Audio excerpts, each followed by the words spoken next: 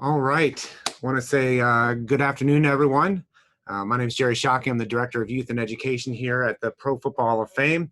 And we are so excited to connect in here with you guys here today to do our rule changes in the NFL program. We're coming Facebook Live and excited. So anybody that's tuning in, as they're tuning in, make sure to go ahead. I've got laptop hooked up here that I can see comments, questions, things like that.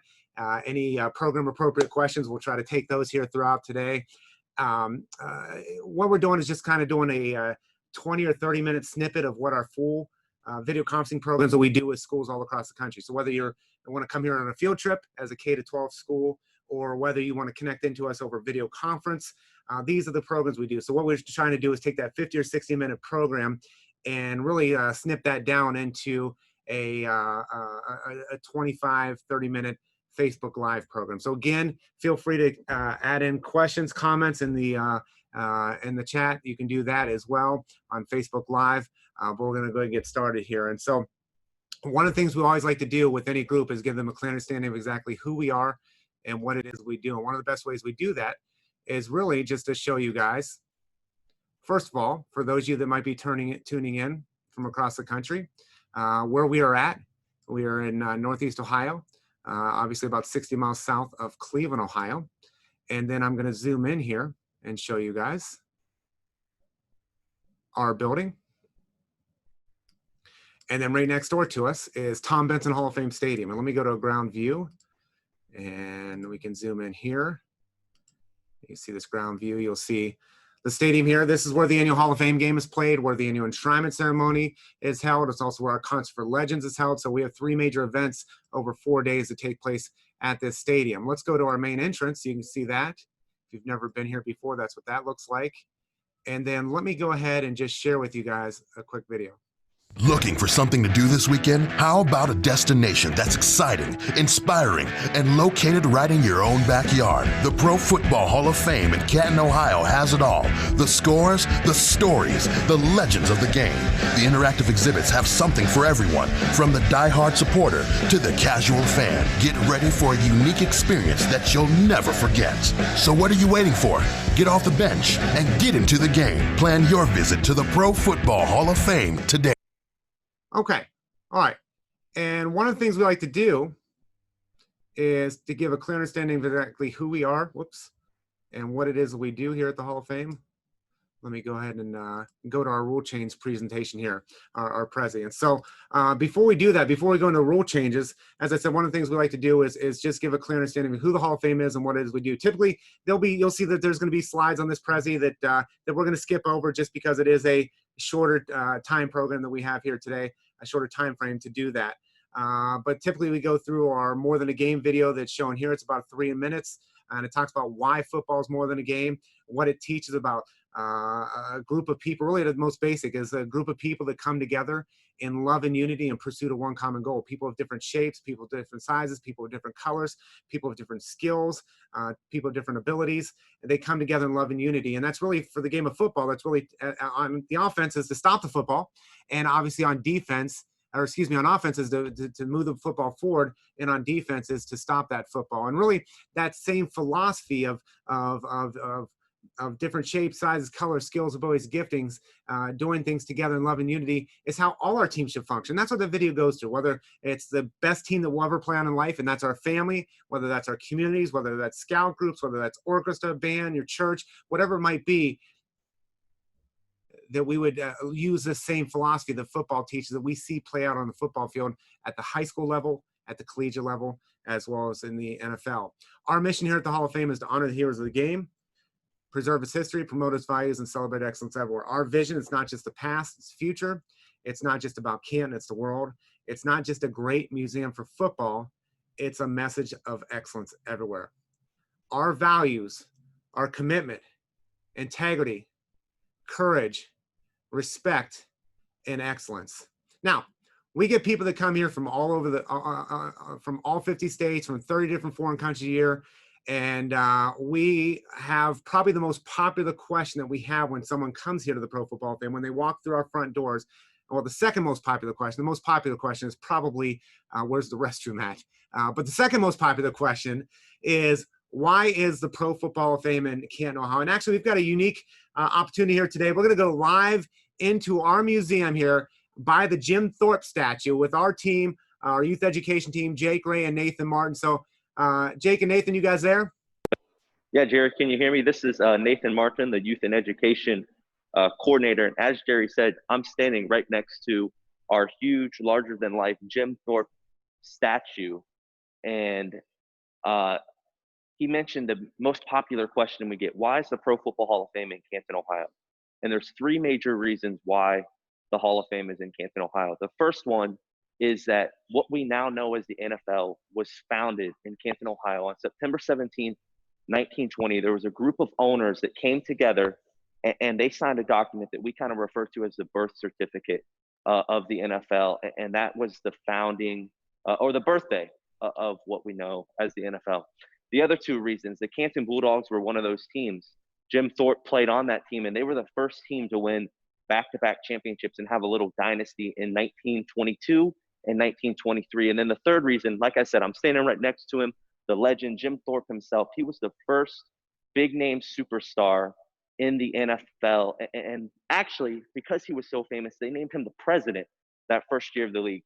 Great football player, not a great president, but we're very, very proud to be the home of the Pro Football Hall of Fame in Canton, Ohio. And those are those three reasons why it's here. So, Jerry, back to you.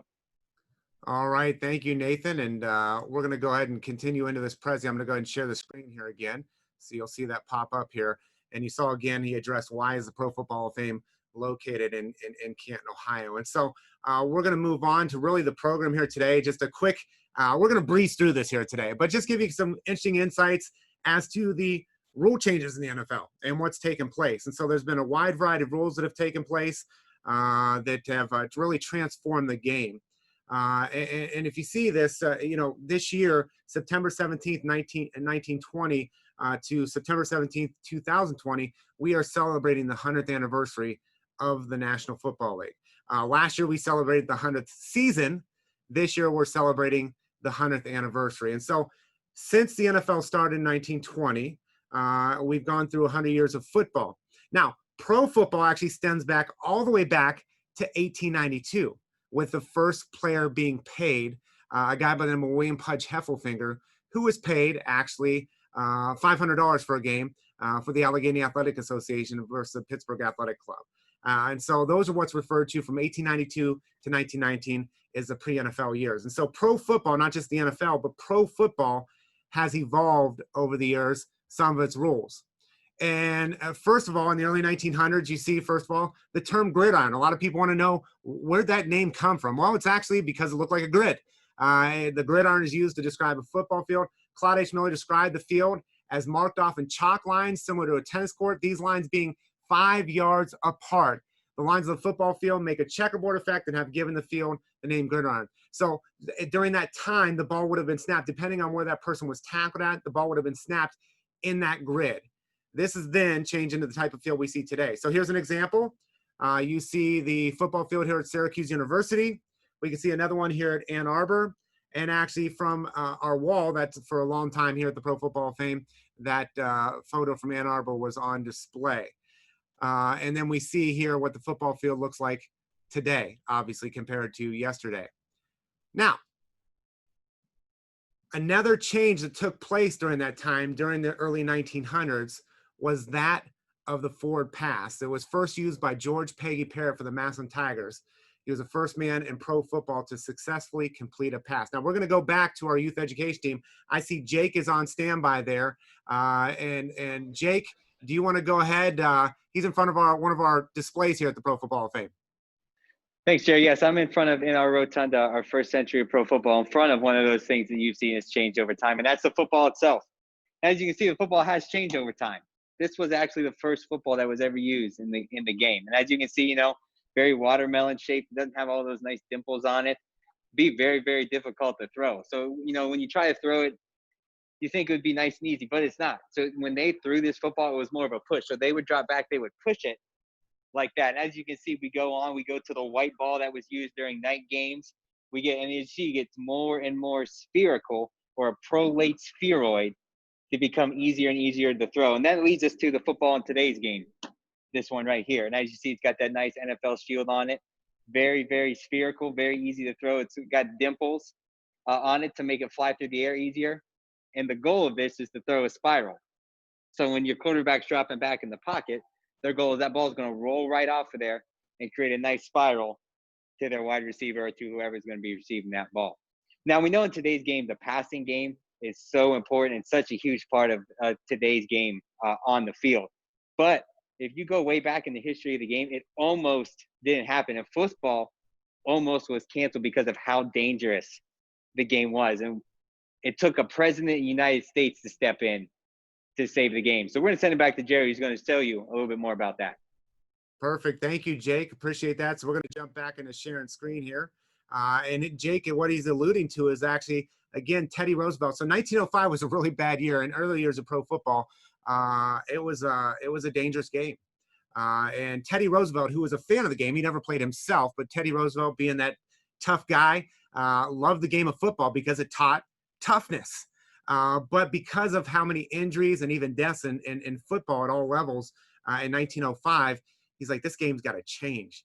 And so there were things that were put in place, like 10 yards in the number of downs. There was a gap between the offense and defense, a neutral zone, if you will. The forward pass was introduced. So all these different things took place for that. But let me show you a little documentary on that. December 8th, 1906, football leaders gathered in New York and voted to legalize the forward pass. The decision was in response to an uprising led by none other than President Roosevelt himself, who believed that the brutally violent game needed to change or be abolished altogether.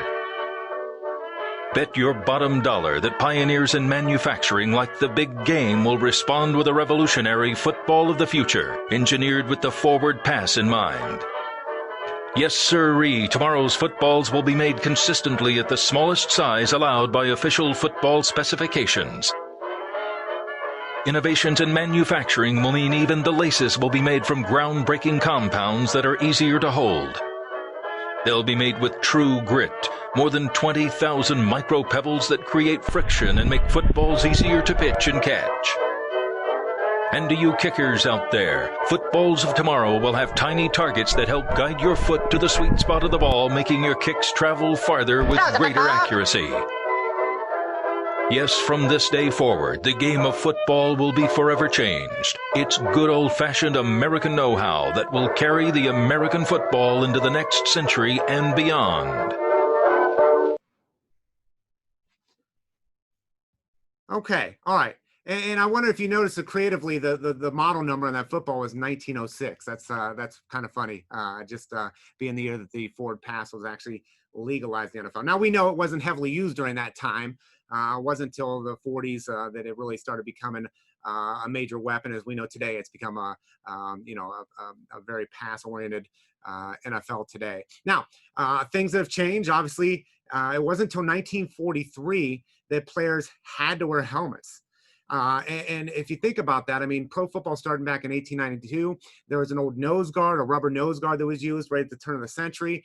When you get into the early 1900s, 1910s, 1920s, it was the soft leather helmets that you see, and there's a lot of different variations of those. The 30s and 40s saw a harder leather come about, just like the helmet that you see there. But it wasn't until 1943 that players were actually required to wear helmets. And I wonder if you guys know this. Did you know this type of helmet was the first helmet to ever have a painted logo on it? And I'll see if anybody can get this. I'll give a pause if you want to real quick. I'll give a 5-second pause to see if somebody can type it in real quick. Does anybody know what NFL team actually had the first logo? I'll give a pause.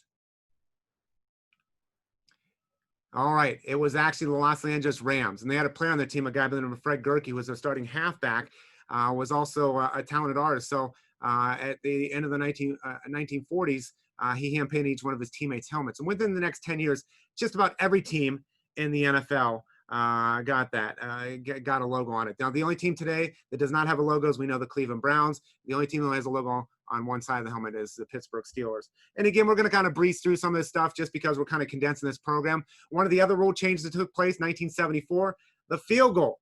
Prior to 1974, that field goal was up front, about 2 yards in to the end zone.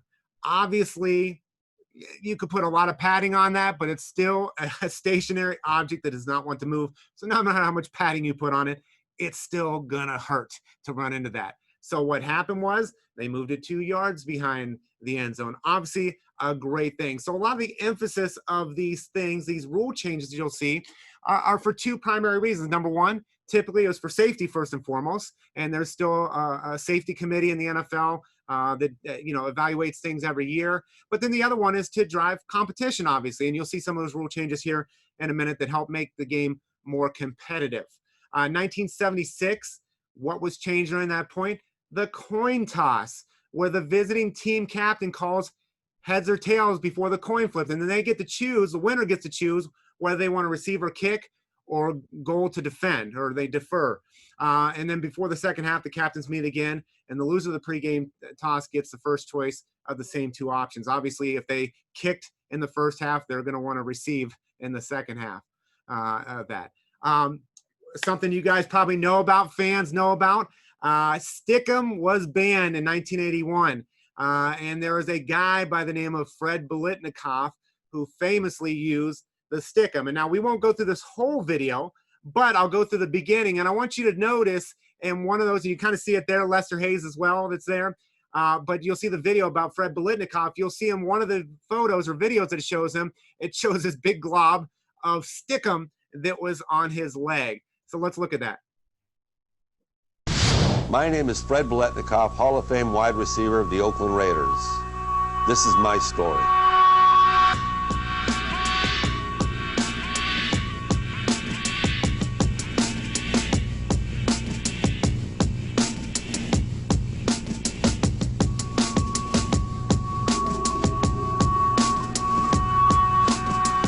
At an early age. Okay, so what do wide receivers use now that is like Stickum?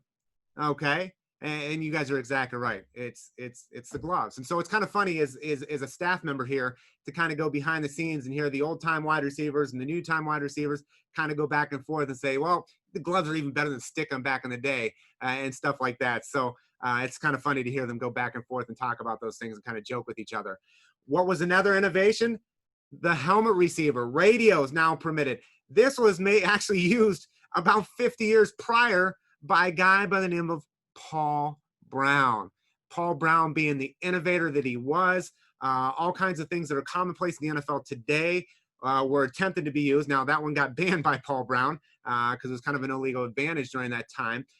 But it wasn't allowed to be used until all the way to 1994. So radios are now permitted. And that's why when you see on the back of a helmet, a quarterback's helmet, you see that green dot, which means that player has a radio or a helmet receiver is what it used to be referred to as. Something else that changed, the 2-point conversion becomes legal as a point after touchdown, which obviously plays into the strategy. So here's a rule change that helped with the competition of the game, really helps with the strategy of the game. 2015, another change, as we know, experiment with moving the ball point after touchdown line of scrimmage. Before this change, look at this. The ball was snapped from the 2-yard line. Then it was moved back to the 15-yard line for the 2015 season. The goal was to see if there was a difference for kickers, and there was. Before it was pretty much a guarantee. You can look at the numbers. In 2015, the extra point conversion rate dropped from 99.3% in 2014 to 94.2%. So the number of extra points missed went up from 8 to 71 missed extra points. Obviously something that, it gives a little more competition to the game. And you can see that was actually implemented. The very first game that was implemented was here in Canton, Ohio, as we kick off the NFL season every year with the Hall of Fame game. We see the Buffalo Bills playing the New York Giants there. What was something else that was changed? Well, here's one of the biggies here, is the scoring system changes, okay? Changes the scoring system. And so out of all the changes we've learned about today, and we've kind of breezed through them, while they're all big changes, there may be none that might have been as big as the change of the scoring system. Just like the game, the scoring system has gone through multiple changes. How has it changed? Well, we're going to go back to our museum, and I see Nathan Martin from our youth education team right in front of our scoring changes display to talk about that a little bit. Hey, thanks, Jerry, for sending it back over to us. And you've done a great job outlining all kinds of different changes in the rules in the game of football throughout the decades. But like you said, one of the biggest things that has changed is the scoring system. And if we look here, in 1971, the Baltimore Colts played the Dallas Cowboys in Super Bowl V, right? The actual outcome of the game would have changed if we had used the scoring system that we had in 1892. So instead of the Baltimore Colts being able to redeem themselves after losing in Super Bowl III by winning Super Bowl V, they actually would have lost again, and the Dallas Cowboys, America's team, would have won the game if the scoring system had been used from 1892. They would have won 16-15, but instead, as we know and as history tells us, the Baltimore Colts were victorious there in Super Bowl V, winning the game 16-13 because of the scoring system that was used in 1971. So the scoring system has changed a lot. I know you're going to touch on it a little bit more, but that is something we'd love to highlight to our fans that come to visit the Pro Football Hall of Fame here in Canton. Jerry, back to you.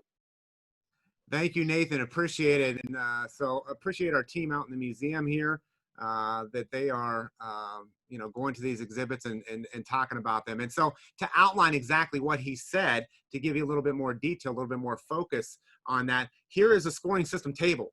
As the points change from 1892 all the way up to what we see today, which was 1994, started in 1994. We can see the field goal actually started off worth 5 points. Eventually went down to 4, then as we know it, 3. A touchdown went up from 4 as to what we know today as 6. PAT started off at 2, eventually in 1897 was 1 all the way. 2-point conversions, we know, was not even part of the game until 1994. And the one rule that stayed the same from 1892 was that of the safety. But as we can see, these scores, if the scoring system had not been changed, as you saw with Super Bowl V, as Nathan alluded to, the outcomes might have been different. And again, to go back to what Nathan talked about, we can see the Colts, we can see the breakdown. 1 field goal, 2 touchdowns, 1 PAT, Cowboys 2, 1-1. Using the following table, which would have won in 1892 and 1971. And you can see those.